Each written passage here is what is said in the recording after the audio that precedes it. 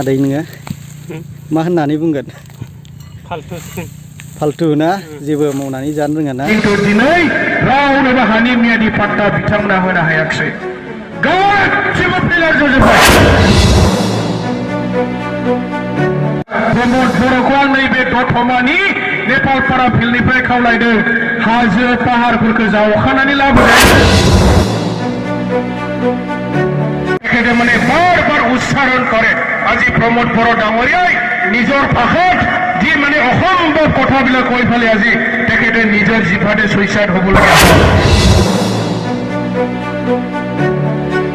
लाग्रोबाय जायफ्रा चेनेलाव गोदान चेनेलखौ साबस्क्राइब खालामनानै ला आङो बेखौनो गुरैयै खावलायनाय जाबाय नै आङो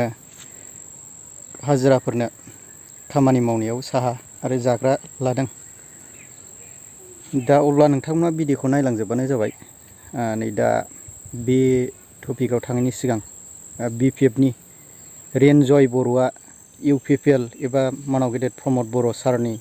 सायाव गोबां गोख्रों सोंथि एबा रावजों बुंदों आरोखि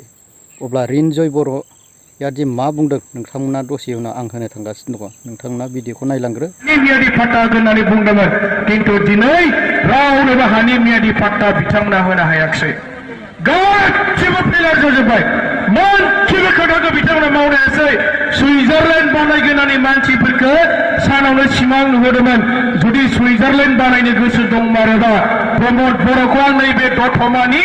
नेपालपारा फिल्डनिफ्राय खावलायदों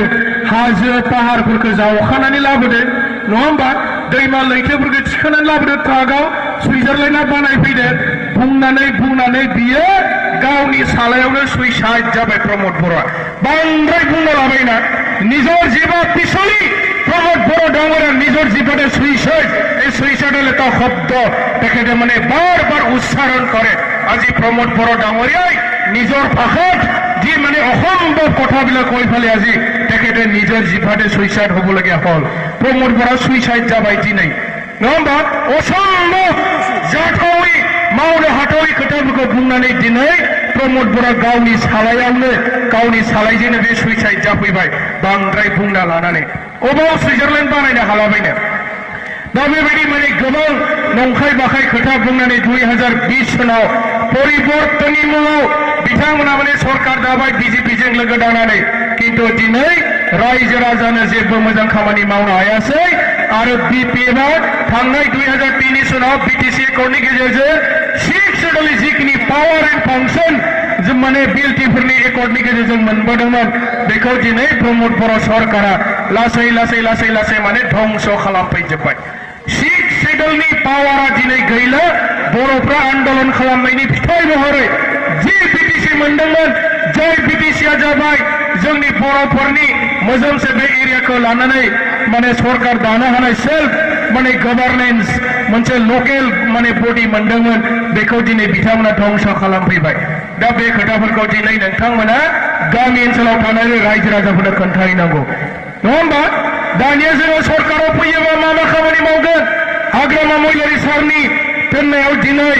जोङो दाखालि बावै 88 जोंनि CWCआव गोबां माने बिथांखि फोसावदों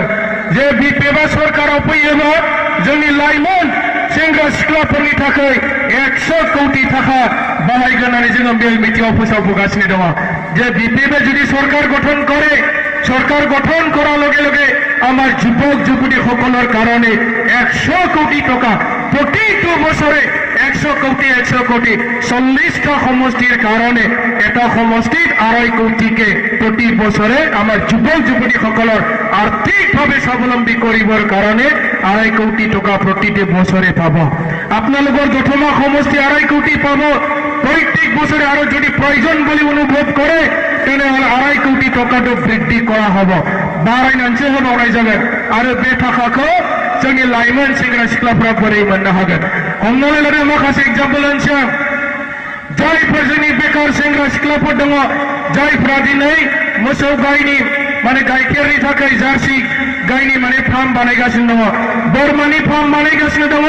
दाउ बयलारनि बिजनेस अमानि फार्म बायदिसिना माने इकनमिक एक्टिभिटिस सोरबा माने थालिर दंफां गायनाय सोरबा माने आनारस गायनाय सोरबा माने खुसेरनि बागान सोरबा माने कम्पिउटार दखान काटिं निटिं पार्लर एमब्रयडारि दखान सोरबा माने कम्पिउटार मेकानिक बायदिसिना माने एन्टारप्रेनियरशिप डेभेलपमेन्टनि खामानि मावबाय थादों बेबायदि लाइमोन सेंग्रा सिख्लाफोरा जाहाथे गावसोरनि बिजनेसखौ आरोबाव जौगाहोनो हायो बिनि थाखाय बै 100 कोटि थाखानिफ्राय बिथांमोननो 2 लाख होनाय जायो ना 3 लाख होनाय जायो ना 5 लाखसिम होनाय जायो बेखौ मोनसे एस्टिमेट बाजेट बानायनायनि गेजेरजों डाइरेक्ट बिपिएफनि सरकारनिफ्राय जोंनि इयुथ्सफोरनो होनाय जागोन मोजां जागोन जे बे खामानिया बेयो बेंकनि लन नङा दै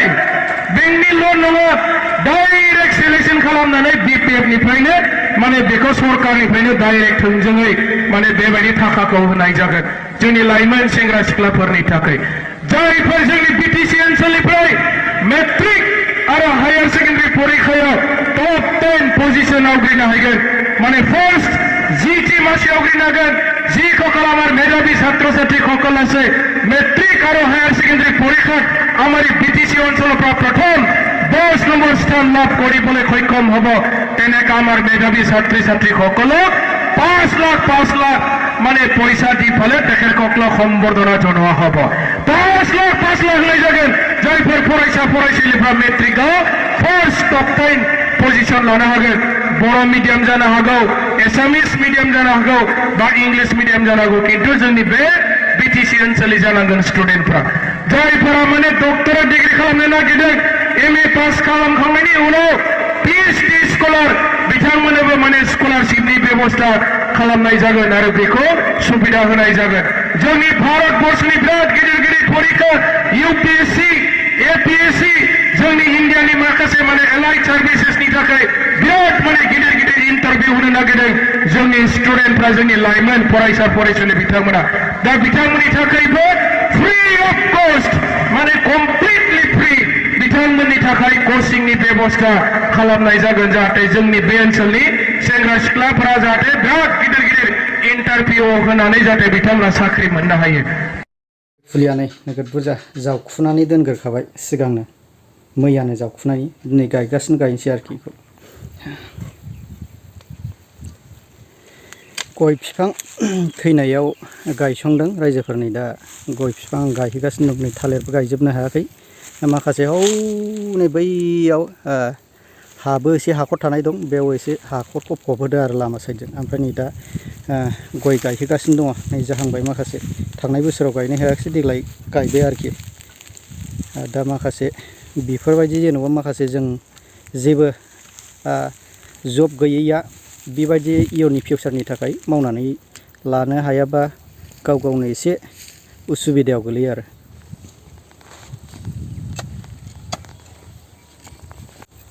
सोरबाफोर बेबायदिनो सेंग्राफ्रा दानि देरफुनायफोर फिउचारनि नै दा इयुनाव हाबा जागोन गथ'फोर बिसोर बेबायदि मावनानै ला जुदि मावनानै लायाबा गाव गावनि फिउचारनि थाखाय माखासे नै दा बांसिनानो गभार्नमेन्ट सरकाराबो सरकाराव थागोन होननानै रोंनानैबाबो गभार्नमेन्टआव जब होजोबनो हाया आरो बेखायनो नोंथांमोना बेबायदि माखासे बेबायदि आबादफोरजों माखासे गावनि नेचारेलि आबादफोरजों मावनानै लायाबा जेबो इयुनाव जाहाथे संसार जानायाव जेबो जारला खस्थ' मोनहैयै बायदि नोंथांमोनाबो फंबायफ्रा बेबायदि मावनानै ला आरो आं बेखौनो नोंथांमोननिसिम एनकारेज हरनाय जाबाय गायगासिनो दङ दा आदैया माखासे दानि लाइमोनफोरखौ माखासे मावै बेखार थायैफोरखौ मा होननानै बुङो आदै नोङो मा होननानै बुंगोन फाल्थु ना जेबो मावनानै जानो रोङा ना ओरैनो बेखार ओरैहायबो सासे गायगासिनो दं नै माइ गायगासिनो गय गायगासिनो दङ जाहांबाय बेयो 2 इयार्स जाग्रोबाय आरोखि बोसोरनै जाग्रोबाय आंबो खामानि हाजिरा मावग्राफोरजों जिखुनु हक माबा मोनसे जुदि खामानि गैयाबा गावखौ ओरैनो बेखार दोननानै लाब गैया